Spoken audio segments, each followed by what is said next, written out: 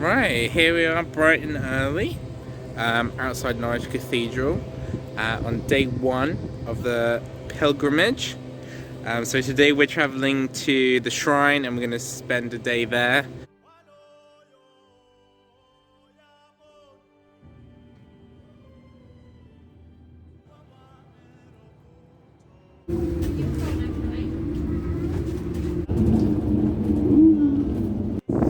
Alright, we're now at Wales next to sea. It's very windy. So now we are starting to walk to Walsingham, which should take a few hours. Yeah, and then we'll be at the shrine. Very exciting. Hopefully the weather holds out.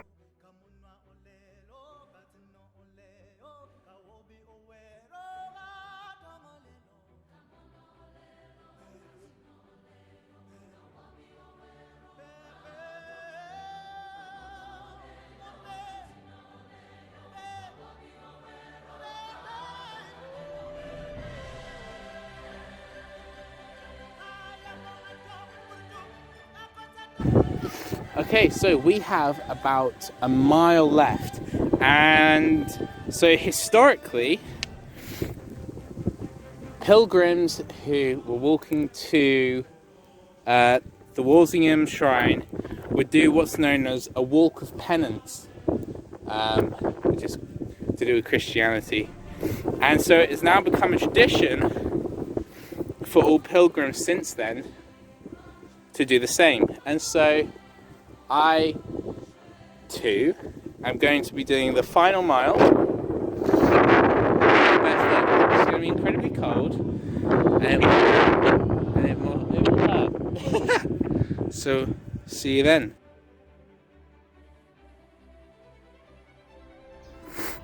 I've made it to Walsingham, barefoot. Yeah, they're not too bad, but there we are. And there it is over there. How exciting. Although I have to go all the way to the shrine and then we're done.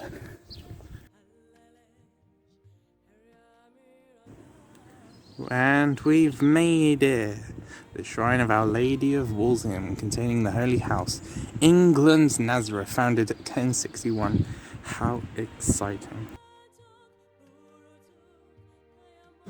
Here we go.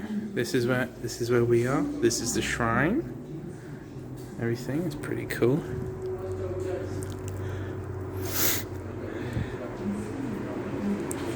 Amazing. Oops. The thing about these places is that you do not need to be Christian to be a pilgrim.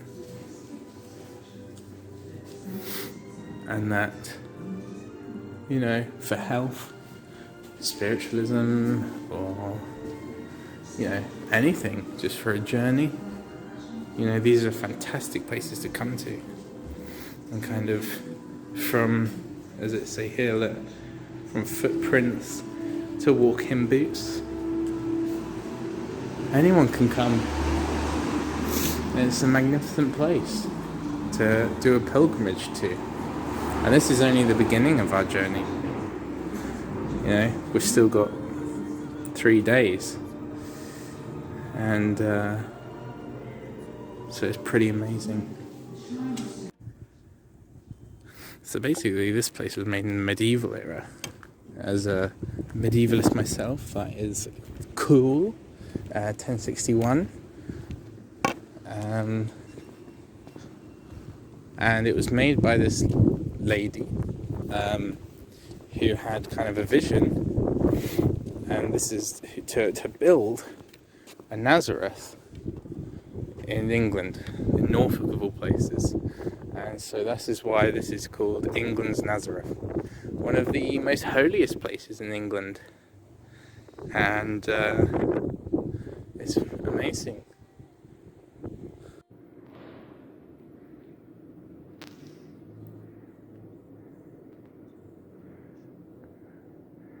These are fragments of the one that was originally built.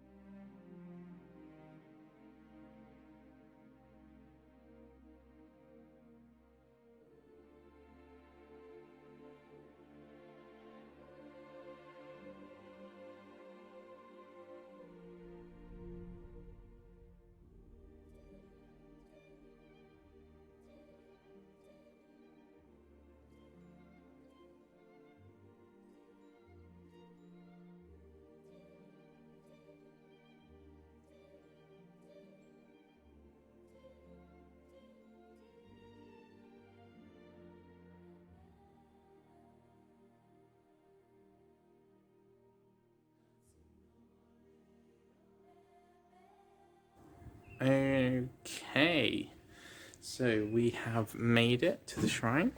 We've been inside. It was amazing.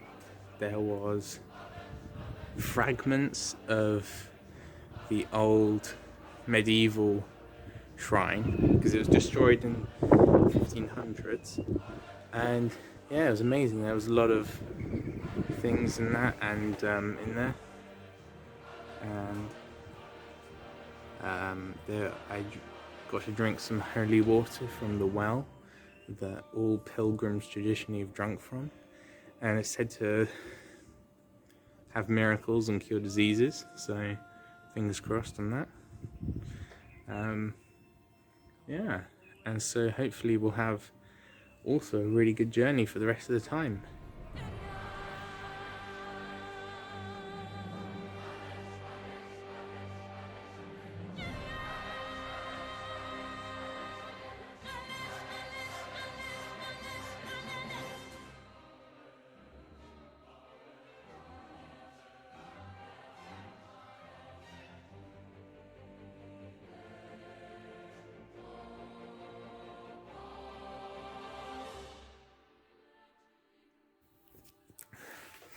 So here we are at Walsingham in our room for tonight, and it's funny, we are actually, look, gosh, you can't see, the abbey itself is right here behind me, and so this place used to be a retreat for pilgrims back in the medieval era. And it's an absolutely amazing place. It is actually a medieval building, as you can see by the low ceilings, and also the fact that the room is tilted. But it's amazing. It's manned by these nuns who are so lovely. They gave me tons of information and things, just because why not? Yeah, it's been amazing. I've had a look around the shrine and the ancient ruins. It's an amazing place, and I think this is going to be a good journey. I think it's good for us to be able to reflect on everything that's happened and on the journey and the pilgrimage, because obviously nowadays, with especially with the atheist society that we live in, a pilgrim is almost very rare. In a sense, but obviously, like I say, you don't need to be a Christian to be a pilgrim, and I think everyone should at least once do something like this, because in a world where we have social media and such busy lives where months feel like days, it's good to just kind of slow down and almost stop and be very connected to nature, but also the history. You're walking places and visiting places where people for a millennia have done so, and it is extraordinary when you do something like that. You feel a connectivity, almost a mindful web where you're all part of something. And I've met, even in just the first day, such amazing people who are so lovely and exuberate such kindness. It is absolutely fantastic, and it kind of reminds you and gives you faith in humanity, because of course we have these things in the news that kind of depress us and everything. So it's nice to be able to say, hang on a second, and look at actually the day-to-day lives and meet these people and say, you know what, actually it's a lot better than it's kind of made out to be. And you know, it's good to be able to reflect upon yourself and grow as a person as well, and look at the mind and how it works and its intricacies, and see yourself and your soul, and kind of have that religious wisdom and spirituality that comes with it as well. And I think that's what's so important about doing these things.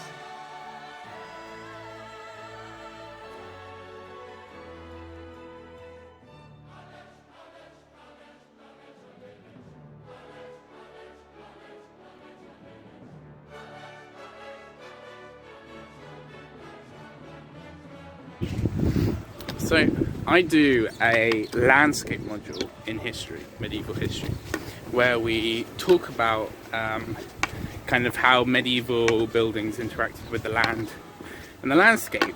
And one of the things we talked about a few weeks ago was monasteries and how they interact with the land around them. One thing that was very interesting that I thought when I was at the ruins of the abbey yesterday was about the wall enclosure, the precinct boundary of the monastery.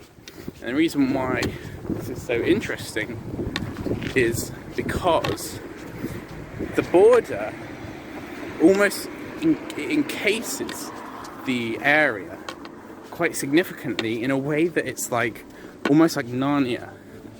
You know, you go through the gatehouse, one entrance in, one entrance out, and outside it's, you know, normal wilderness, countryside, you know, town, and yet you go in and suddenly the place is transformed into a, you know, this ruin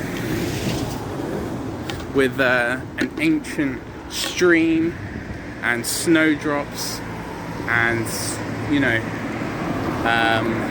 bridges and fields and greenery, and it's almost like this Narnia type sanctuary. And it just kind of, you know, looking from a historical standpoint, it is, you know, I can see why they put up these walls and encased these communities and these abbeys, because when you're inside, it's as if you are kind of going from the physical to a sort of spiritual realm, you know. And that, I found that, you know, obviously coming from kind of a medieval standpoint, to then be able to witness that and see that that's how kind of the medieval and medieval communities since would have perceived that place. So, yeah.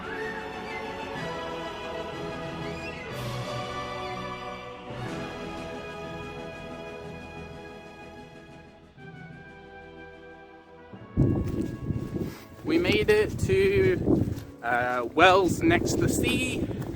This is it. This is the coastal path that we're on. Here we are. Whoop, there we go. This is what we're going to be on all day.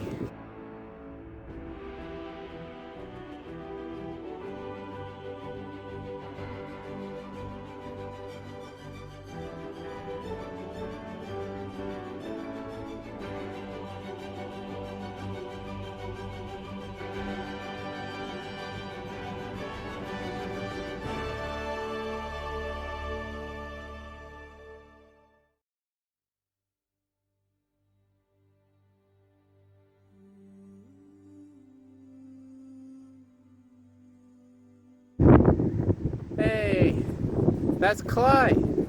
Woo, Clyde Ecstasy. Or Clyde, I don't know what it is. But we're here, finally. It's 3 o'clock. And made it so we can stop for something to eat.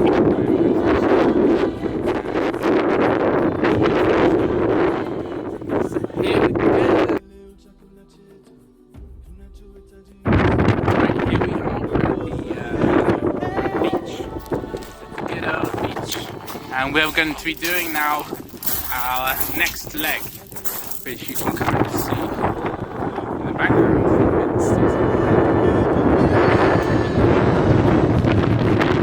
We're heading 5 miles. We're going to try and do as much of it as we can. God help us, and Godspeed.